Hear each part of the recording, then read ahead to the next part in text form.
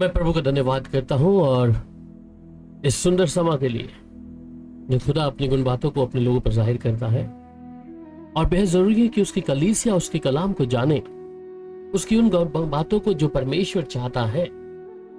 आज मैं और आप जिस संसार में हैं और इस संसार में रहते हुए हम बहुत सी बातों को देखते हैं, सुनते हैं और आंखों के द्वारा देखा जाता है।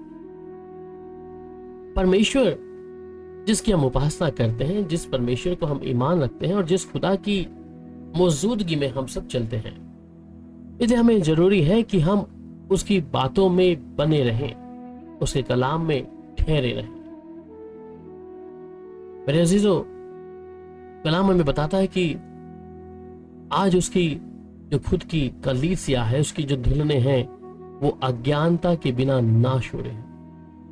और ये मनुष्य जो परमेश्वर पर विश्वास करता है, इसे बेहद जरूरी है कि परमेश्वर की बातों को जाने और उस पर विश्वास लाए, और जो कलाम उनके हाथों में है उस पर यकीन लाए। आज हम जगत में देखते हैं कि लोग आत्मिक पिता को ढूंढते हैं कि ये मेरा आत्मिक पिता है या आत्मिक माता है, या परमेश्वर इस बात के विषय में हमें हिदायत देता है, या हम सिर्फ परमेश्वर के कलाम को तोड़ने के लिए बैठे हैं।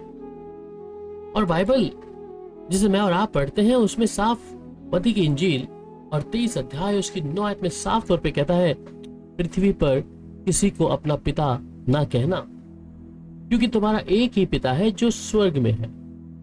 इसका मतलब क्या है कि पृथ्वी पर किसी को अपना पिता ना कहना, सिवाय किसके? जो शारीरिक तौर पर आपका पिता है, जिससे आप पैदा हुए हैं शारीरिक तौर पर, क्योंकि तुम्हारा एक ही पिता है जो स्वर्ग में है। और आज हम कलीसियाओं में देखते हैं, उस भीड़ों को देखते हैं, लोग अंध भक्त बनकर पासबान को पिता कहकर, माता कहकर पुकारते हैं और परमेश्वर के इस वचन को तोड़ रहे हैं।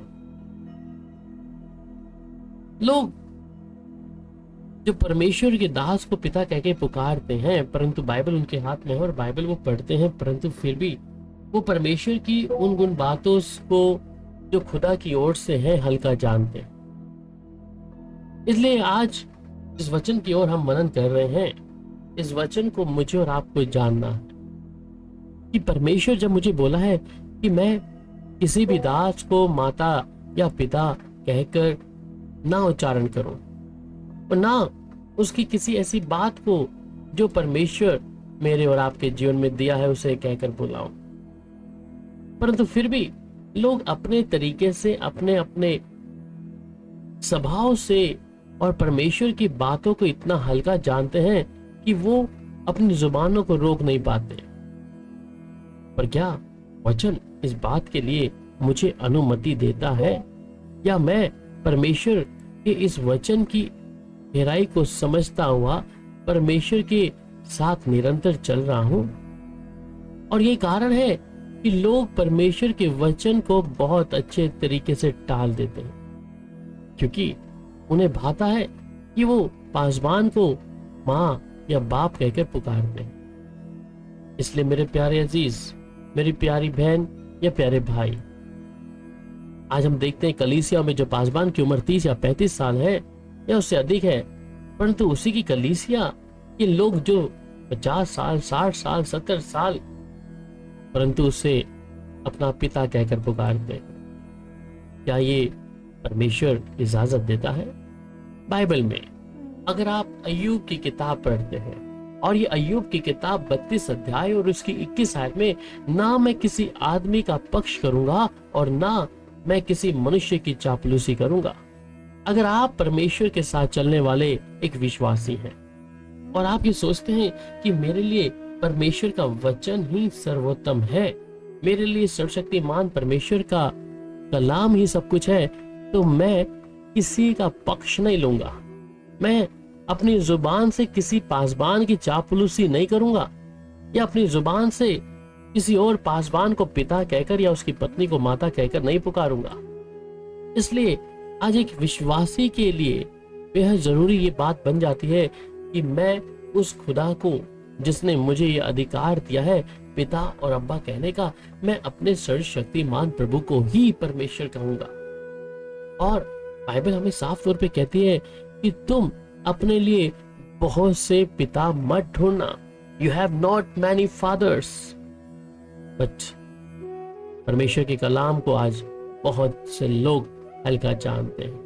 इसलिए बाइबल रोमियो 8:14 में कहता है कि इसलिए कि जितने लोग परमेश्वर की आत्मा के चलाए चलते हैं वही उसके परमेश्वर के पुत्र हैं। तो हम किसी पासबान को पिता कहकर उसके पुत्र ना बन जाएं। किसी माता को कहकर कि हाँ ये मेरी आत्मिक माता है या आत्मिक पिता है। परमेश्वर इस विषय में साफ तौर पे हिदायत देता है कि तुम किसी को अपना पिता ना कहना सिवाय उस परमेश्वर के जो आसमान का परमेश्वर है, और वही हमारा खुदा है, वही हमारा जिंदा जलाली खुदा है जिसे हमें अब्बा पिता कहकर पुकारते हैं। तो आज जब हम देख रहे हैं अपने आसपास में कलीसियाओं में बहुत से लोग, बहुत से बहन, बहुत सी बहनें पासबान को यीशु का दर्जा देती हैं। कलाम तो इस बात के विषय में कहता है कि तुम जो इस विषय से बात करते हो और कि मैं अपनी महिमा किसी को नहीं दूंगा, परंतु आज बहुत से लोग परमेश्वर के खादिमों को पिता कहकर या उनकी पत्नियों को माता कहकर उच्चारण करते हैं और ये अपने ऊपर दंड लेके आ रहे हैं। बाइबल में लिखा है 12 अध्याय इब्रानियों की किताब उसकी 9 आयत में, फिर जबकि हमारे शारीरिक पिता भी हमारी ताड़ना किया करते थे और हमने उनका आदर किया, तो क्या आत्मा के पिता के और भी हम अधीन ना रहें जिससे हम जीवित रहें। इसका मतलब कि अगर शारीरिक पिता हमारी ताड़ना करता है और जब शारीरिक पिता हमारी ताड़ना करता है और हम उसका आदर भी किया करते थे, परंतु जो सर्वशक्तिमान परमेश्वर है, जो हमारा बाप है, जो हमारा पिता है, तो क्या हम उसका आदर ना करें?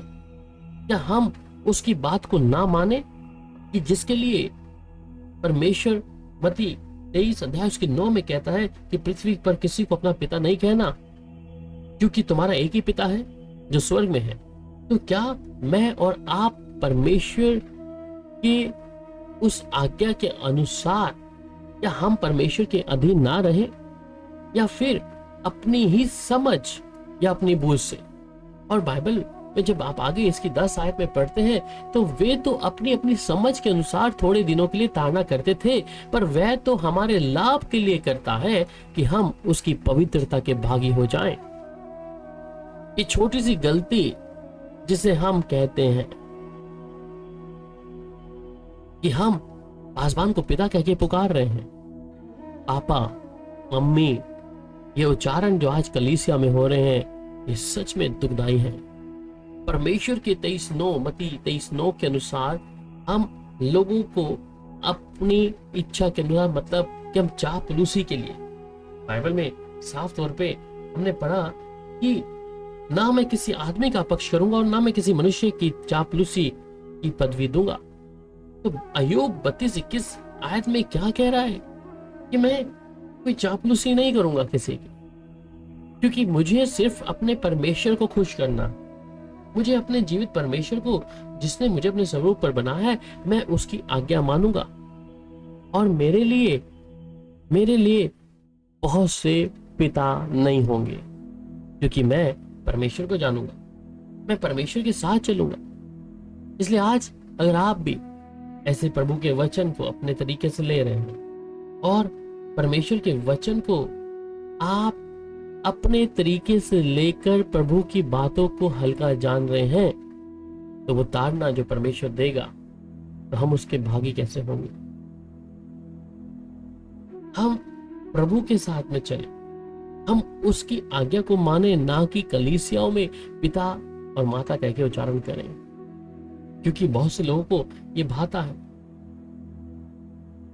बाइबल जब आप पढ़ते हैं तो बाइबल में साफ तौर पे इस विषय में कहता है, और जब आप उसकी मत्ती की इंजील और उसकी 6 अध्याय और उसकी जब 32 आयत को पढ़ते हैं, और इस आयत में भी एक साफ चीज पर कहा गया है कि तुम जो परमेश्वर के साथ में हो, तो क्योंकि अन्य जाति इन सब वस्तुओं की खोज में रहते हैं कि तुम्हारा स्वर्गीय पिता जानता है कि तुम्हें इन सब वस्तुओं की आवश्यकता है। तो जब इन चीजों की आवश्यकता है तो इसका मतलब तुम्हारा स्वर्गीय पिता जानता है। तो स्वर्गीय पिता हमारा परमेश्वर है, तो वो हमारे विषय में बेहतर जानता है। इसलिए परमेश्वर नहीं चाहता कि हम किसी मनुष्य को हम वो स्थान दें, या हम सिर्फ अपने तौर तरीके से, अपनी समझ का साथ। जब परमेश्वर ने मुझे और आपको अपना बेटा बेटी बना लिया है, तो हम संसार के लोगों को अपना पिता कैसे पुकारें। मैं एक उदाहरण के तौर पर आपसे बात करता हूं। अगर आपके बेटे या आपकी बेटियां हैं और आप उनको अच्छे से उनकी परवरिश करते हैं, उनके लिए हर चीजों को मुहैया कराते हैं, परंतु अगर आपके बच्चे आपके पड़ोसी को पिता कहेंगे तो कैसा होगा? क्या आपको भाएगा? क्या आपको अच्छा लगेगा? मैं सोचता हूं हमें अच्छा नहीं लगेगा, क्योंकि हमारे खुद के बेटा या बेटी अगर पड़ोसियों को पिता या मां कहेंगे तो हमारा मन दुखी होगा। उसी समान जब परमेश्वर एक ही बात के विषय में कहा है, और वो दूसरे कुरिन्थियों 6 अध्याय और उसके 18 रत्न में भी कहता है, और मैं तुम्हारा पिता होऊंगा और तुम मेरे बेटे और बेटियां होंगे। ये सर्वशक्तिमान प्रभु परमेश्वर का वचन है।